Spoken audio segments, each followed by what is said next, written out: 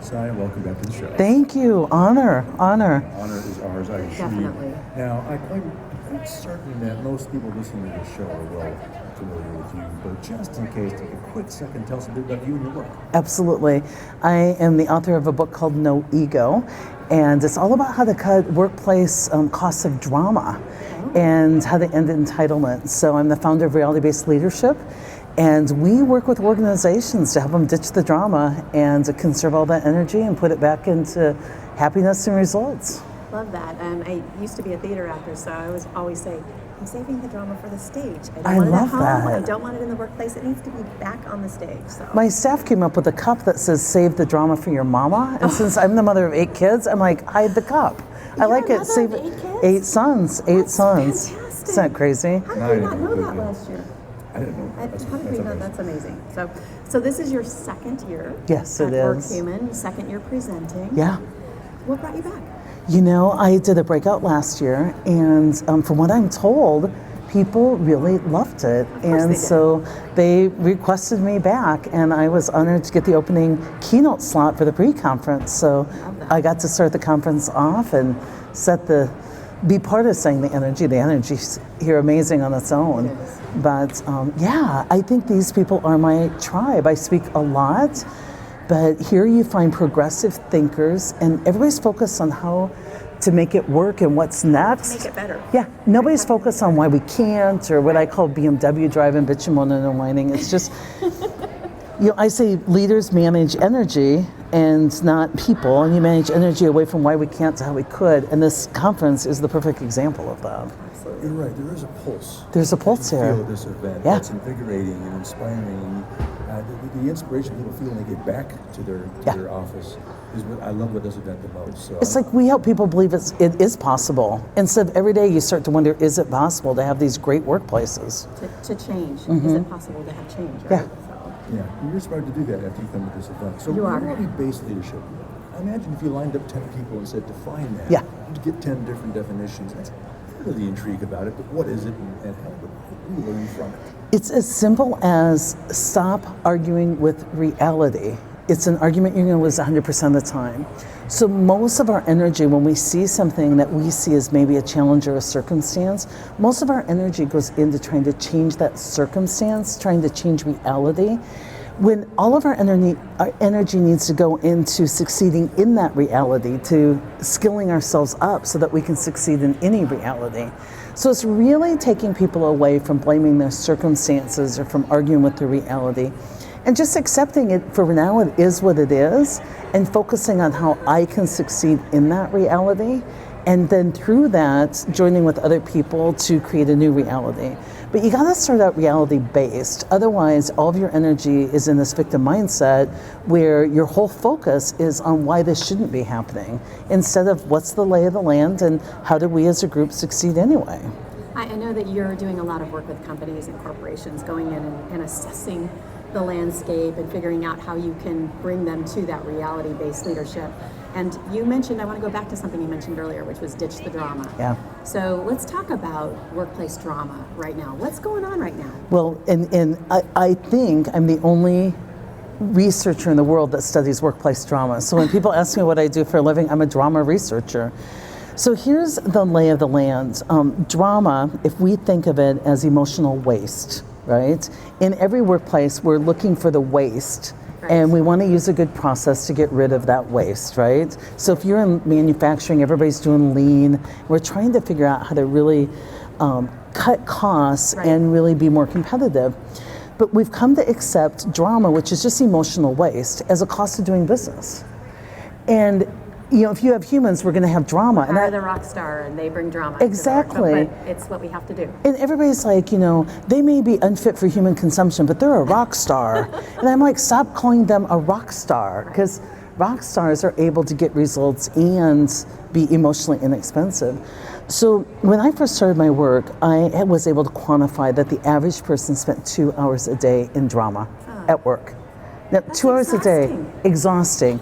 I redid the research for my newest book, No Ego, that just came out this year, and it's increased to 2.5 hours a day. 816 hours per year per person. Isn't that crazy? Talk about waste. So think about, as a leader, if you could take that energy and upcycle it and put it back into results and happiness. 816 hours per year per head count. Some people are doing some math out there. They're like, what? Absolutely. Now, the fact that it increased, a lot of people are like, oh my gosh, it's the millennials. And so we studied that. It's not an age situation, folks. It's a human condition. It is our ego at work. So I went on to think about, if drama is emotional waste, how do you get rid of it in the workplace? Well, waste, you get rid of it through a process. So emotional waste, you get rid of it through a good mental process. And then I started to think that maybe leaders' roles aren't to inspire and motivate and do all these things for you, because inspiration and motivation is your choice, your job. Right. What if a leader's role was just to teach you good mental processes and facilitate those so that you thought in higher consciousness in ways that were evolved? And in that way, they eliminated emotional waste from the workplace. Was it just the responsibility of management? No. And we all have a role. Yeah, to play Todd. in this? And that's really the key, because most of what I found is we put all this role on the leaders. And the leaders feel almost like they need to enable people. It's almost a codependent relationship.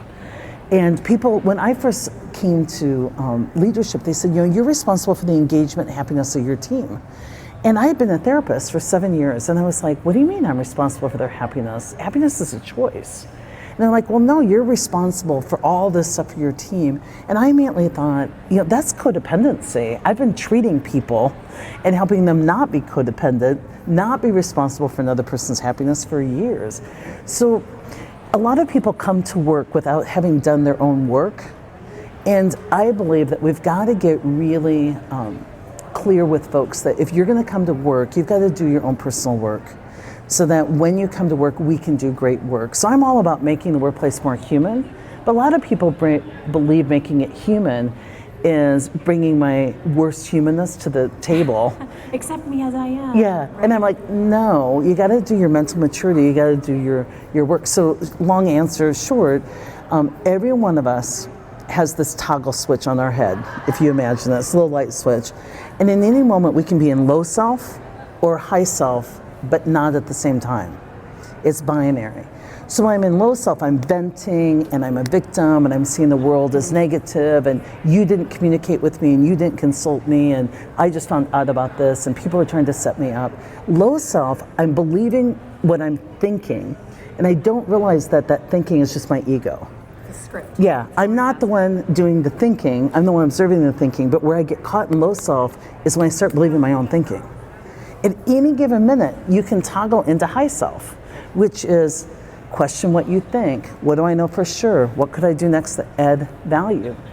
Venting and self-reflection are mutually exclusive. You can't vent and self-reflect at the same time. So low self-venting, high self-reflection. How do you get there? It's personal curiosity. And so This idea of self-reflection is so critical. Most people don't do it or really stink at it. Yeah. Can you share a little bit of counsel on how you can begin to bring this into your daily routine? yeah, the first sign is anytime you start to feel stress and feel like people are against you or the world's against you, that's a sign your thinking's flawed. Even Einstein said the world's benevolent, which means at least neutral.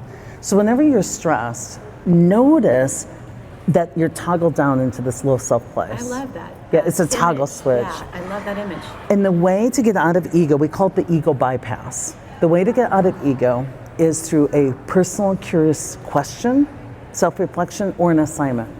So if Todd gives me a call and he's questioning he wants to know the status of my project. Okay? If I'm neutral, I'm just like, Todd, I'm a little behind, and he goes, please get it caught up. I'm like, hey, good talk. If I'm in low self, I'm like, he's trying to set me up. He's trying to get me fired. I have this whole He's trying story. to catch me. He's catch me, not He's caught performing. me, and this is going to end poorly. When I'm stressed, I just ask myself a question, what do I know for sure? Edit my story. Todd called and asked a question. What else do I know? Nothing. I don't know anything more than you. What could I do next that would add value? I could take his advice and get caught up in that particular area. He's given me a good tip that's a focus. It's a way through self-reflection, what could I do to help right now? What could I do to add value? That takes us from ego into the better part of our brain, which is collaborative and innovative and all of that. If I'm struggling past the moment, right? So that's in the moment.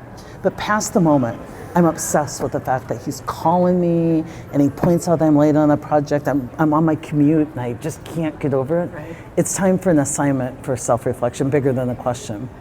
So I'm focused on all the reasons his feedback isn't true. An assignment I give people is focus on how his feedback is true. Take all that energy you got and find 10 ways his feedback is true, because there's not any feedback we can be given that's not true. Right. It's just our ego wants to fight it. We block it. And that gets you into the better part of the brain where you're like, how is this true? So even if you said to me, Sai, you're a murderer, I could say that's not true until I reflected. I'm like, I've murdered people's reputation by talking poorly about them. You know, I hate to admit it, but there's a night in college I don't remember. There could be some unsolved mystery, right? I hope the heck not, right? But it's the ability to get mentally flexible, releases the ego's clamp on you, and restores happiness immediately. So if you can get mentally flexible. Did you notice when she was walking through that answer there, when she was talking about the tense, I tensed up. I felt like I was watching a series, a murder series. Those scenarios, and I was feeling. Absolutely. But when you were talking about the good way to handle it, I like relaxed. Everybody did. At the table, we all sat back and we're all just like, yeah, good, we're collaborating again. We're awesome. I came in. How do I? And that's really the key. A lot of leaders are so focused on managing and leading people. I'm like, we manage energy. In the modern leadership philosophy, we manage energy. And it's like that toggle switch. If the leader has any role, it's that maybe I notice when your toggle switch is down, and I just flip it up for you. Yeah. I'm just like, you know what, that's really, I hear you venting about some things that never happened. Why don't we begin again? Why don't you start, edit your story, then come back and let's do this work together. And a lot of times when we toggle people up, that's all they need. So easy. It's such a simple thing. It's so simple. And it changes everything. It changes everything. I gotta toggle me up, toggle you up. Now, some people when you toggle them up, it blows their breakers. Like, right? There's some people you put it up and it goes right back down. Have you ever done that in your home? Yes. Where it's like you started up again, it blew all the breakers again. Yeah. Those people probably need to go get rewired someplace. Like they're not the ones that we want to work with, but it's that simple. You could listen to that last 5 minutes of your explanation there and change your whole reality in the workplace, but we're humans. Yeah, we have this human condition. How do we begin to break that through? Dang. I know that your life's work kind of answered that question. Yeah, it is.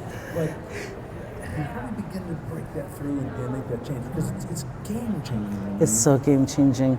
And a lot of it is waking up, right? We've all been asleep in this dream where we started to believe our thinking and that everybody's out to get us and we're all victims and life is hard. And happiness is like the suitcase that sits right beside you, and if you just drop your story and pick it up, you'd have it.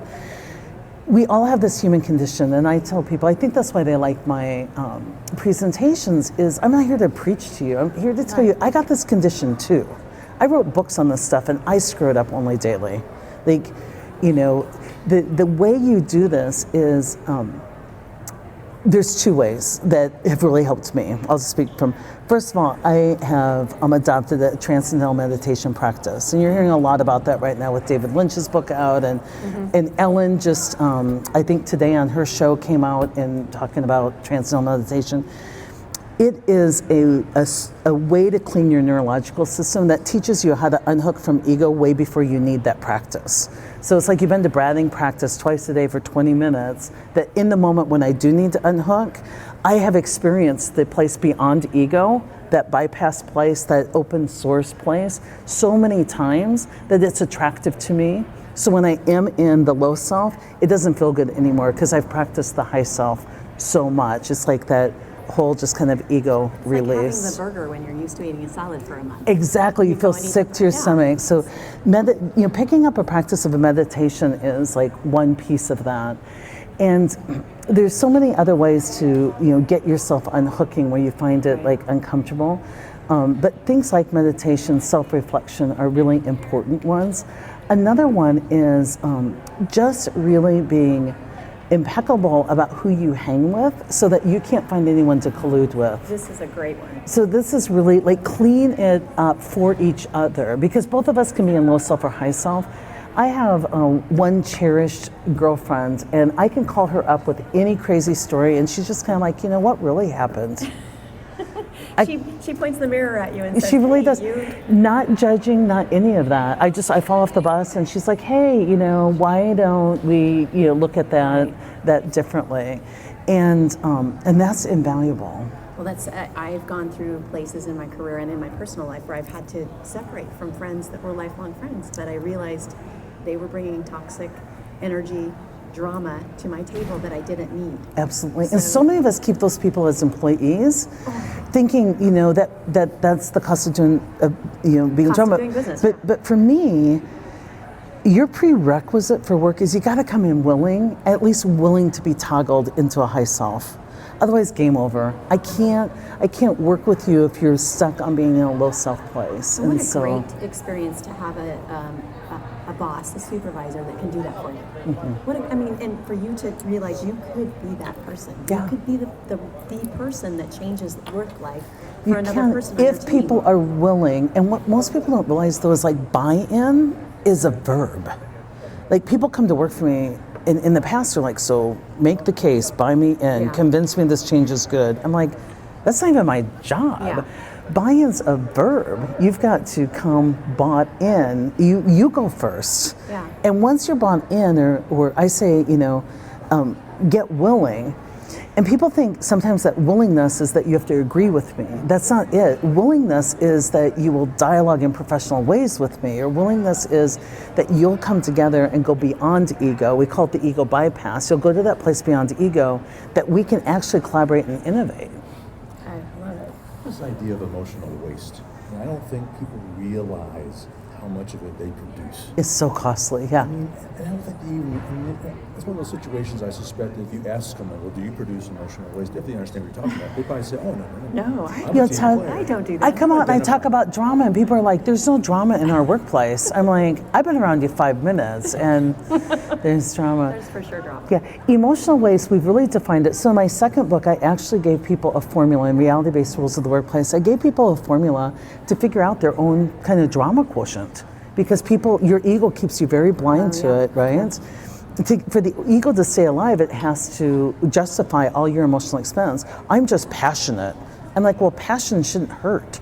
Like you buried everybody at the meeting, right? So the ego's redefined and justified all your behavior. So your value is the performance that you add, right? Are you current and fluent in the now? Plus your value also includes, are you ready for what's next? Are you keeping up with the times? Are you staying relevant? But your value has to subtract out your emotional expense. What's your drama quotient? What's your hassle factor? And in our research, we found the emotional expense subtracts 3 to 1 what you contribute. So you can be the best contributor in the world. You could discover the cure for cancer. And exactly. So we came up with 5 things that we know contribute or are sources to drama. And the first one is ego. And most people don't understand or know that their ego is playing them. And so when you're feeling stress, it's really to get skilled at sitting back and unhooking from your thinking. But ego is venting, tattling, scorekeeping, judging.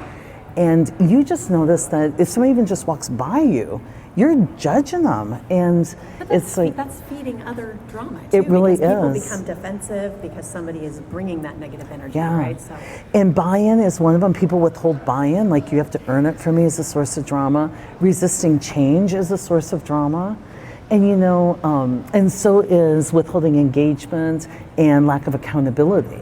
And so if you want to be emotionally inexpensive, we talked about developing personal accountability, reality-based thinking, which is editing the story, and aligning with the organization, which is just saying yes to where we want to go. It's not illegal, it's not immoral. It's like, what if you just said yes? And it's also driving for results and being good at change. But for people just to, every day you ask me how to do this, become aware of when you're in pain, you're believing you're thinking. When you can question your thinking, you're out of pain. It's that simple. And so questions help people question their thinking. I was working with a physician the other day, and we simply wanted him to work differently in the surgery suite based on best practice and evidence. And he believed his preference trumped potential. That's the work of the ego. He's resisting change. And he's like, but I like to do it this way. We're like, well, we've studied it and it's not as safe for the patients and we need you to do it another way. And he was like, heck no, I won't go all in ego. And he's like, it's wrong and I need to see proof and I'm gonna take this to the board and I'm gonna check this out. And I said, before you do all that work, can you just answer me a question? What would happen if you just said yes? He'd never contemplated this. That's beyond ego. I'm like, he's like, what do you mean if I just said yes? I go, well, you've played out how you're gonna say no. I go, let's just get mentally flexible and let's play out, what if you said yes? He was stumped. He goes, well, I guess if I said yes, we would have standardization, it'd be efficient, and according to your evidence, it would be better for the patient and stuff. Our ego fights paper dragons. It convinces us there's a fight where there isn't any fight. I'm like, well, you can go to the board and spend hours doing that. You can report me, you can grieve me, or you could just maybe say yes, and it would involve you just doing one thing differently. And in his mind, he was stumped. When he put it that way, he'd never thought of it. So I'm putting myself in this situation because I can remember a couple of times where a supervisor came to me and said, we're doing it differently now. And I went right to that place. Yeah, ego's like, heck doing no. it this way forever. But the next day I'm willing to, I'm ready. I just need that moment of, my Yosemite Sam moment, I'll call it. So how do we get That's past a funny that? visual. Get past that fight. What advice could you give me? Rand, you're going to concede anyway. Yeah. Just skip that whole part. Like, what if you skipped that what evening? What can I say to myself? Is it just that simple as saying, "What if you say yes"? Yeah. Well, just toggle it. Yeah. It's that toggle. It's we find these toggles. It's so crazy. It's like how to get back into your highest self, right? But there are ways to do it. So a lot of people, when I say, venting. Is unhealthy and we need to do no venting. The ego fights that. They're like, well, everybody needs to vent. And I'm like, actually they don't, because venting is telling the story, not the facts. So most people don't understand what you're venting about. Never happened, you made that up. Right. So when you vent, let's say that I share a feeling, I go, I'm frustrated when Alex doesn't give me the information I need, okay? That's sharing a feeling, being human. And so I thought I could go talk to him and work out a better system. Okay, we skipped the venting part. Venting is where I add in all the stuff I made up. He does this crap on purpose, and he's done it for 20 years, and he just really is always trying to show me up, and it's because he's selfish. Now, all of that, if I questioned it and said, what do you know for sure? None of it's true. What I'm venting on is on things that never happened. So what happens over time, if you're willing to edit your story, let's say I wrote all that down. Alex does this on purpose, and he's trying to set me up, and he doesn't care about his work. And I wrote that down because when you write things down, here's another way to get beyond the ego. When it's in your head, the ego owns it. If you write it down, the ego has to see it. You can't see through the lens of the ego reality. You have to get it outside of the ego to see the reality. Have you ever written an email and let set for a day? Yes. Right? You go back and you're like, what was I even thinking? That's because you got it out from the ego. So what I teach people to do is write down your true feelings, don't edit it. Like Alex, stinks, and he's trying to get my job, and he does this crap on purpose, and if I did this, I'd be fired, but he gets away with it. Write it all down and go back and look at it, not through the lens of the ego. What do I know for sure? And you take a marker and you cross out any assignment of judgment, anything you can't know to be true. Alex is an idiot. Well, he has a PhD. Cross it off. He does this crap on purpose. I don't know. Cross it off. Right. All I'm left with is the reality. Alex didn't give me the information I needed. Once you do that enough, you have no tolerance for venting anymore, because I'll start venting and then I crack myself up. I'm like, that is such a funny story. Because Crossed out everything that I was judgmental. All I would say was signed Todd. yeah, signed Todd. And so that becomes your ego. Drama. Yeah, but Todd, that becomes your personal ego unhook, where you just made this humorous and you're just like, I'm about to vent, signed Todd, right? And what it starts to do is, because this unhooking from your ego taps you into this place beyond ego. My favorite Rumi quote is, out beyond the ideas of right doing and wrong doing, there is a field. I'll meet you there. So out beyond all this judgment and stuff, there's this beautiful field of work. I'll meet you there. What happens is when I start to get into that, I remember so clearly the natural way of it, how good it feels to be out of it. So it becomes my natural incentive not to do it anymore. But it's a daily practice. It's a daily practice. I love that whole imagery. Let's go to the field. Yeah, I'm going to take it with out me. beyond all of that. And that's why every tool and technique, so in my book, No Ego, we gave tons of tools and assignments for self-reflection.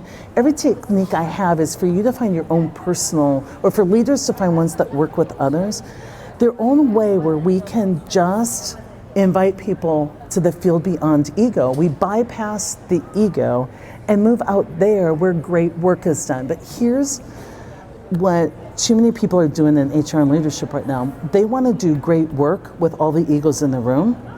And until you unhook, you have no leverage to do great work. And so a lot of people are trying all these great techniques they hear, but they haven't tackled the main one, which is when our ego comes out to play, because our ego eats anger for lunch. It's like wearing a pair of prescription glasses that are the wrong prescription. It corrupts our data. And the weirdest one is it sees insult where there isn't any. Uninvite my ego. I know, You're not right? invited to the party anymore. Sorry. And you can keep your confidence, because that's not ego. Ego is I know the way and things, they should listen to me. And confidence is I'm pretty good at what I bring to the table, and I know if we all connect, we'll figure out a way. That's confidence. Ego is it's I know the way. Well, we have the power to make that change right now if we want to. Absolutely. So one last question before we wrap this thing up. What has been the feedback for the book? What kind of Oh my gosh. stories are you getting people? From the time I was little, I wanted to help folks, and I wanted them to know that suffering is completely optional. And I've been preaching and teaching this stuff, you guys, for 20 years, and I've had my little tribe of followers, and new people discover it all the time. Right now, there's something incredible going on in the world. Like, the stars are aligned, people are ready. Because I have been saying this stuff for a while, and I've been trying to teach people this stuff. Somehow, we have a mass of people opening up, and the book it's been an overwhelming response. I get emails all the time. So this helped me at work, but it really helped me at home. We're totally doing a book club. We're changing it.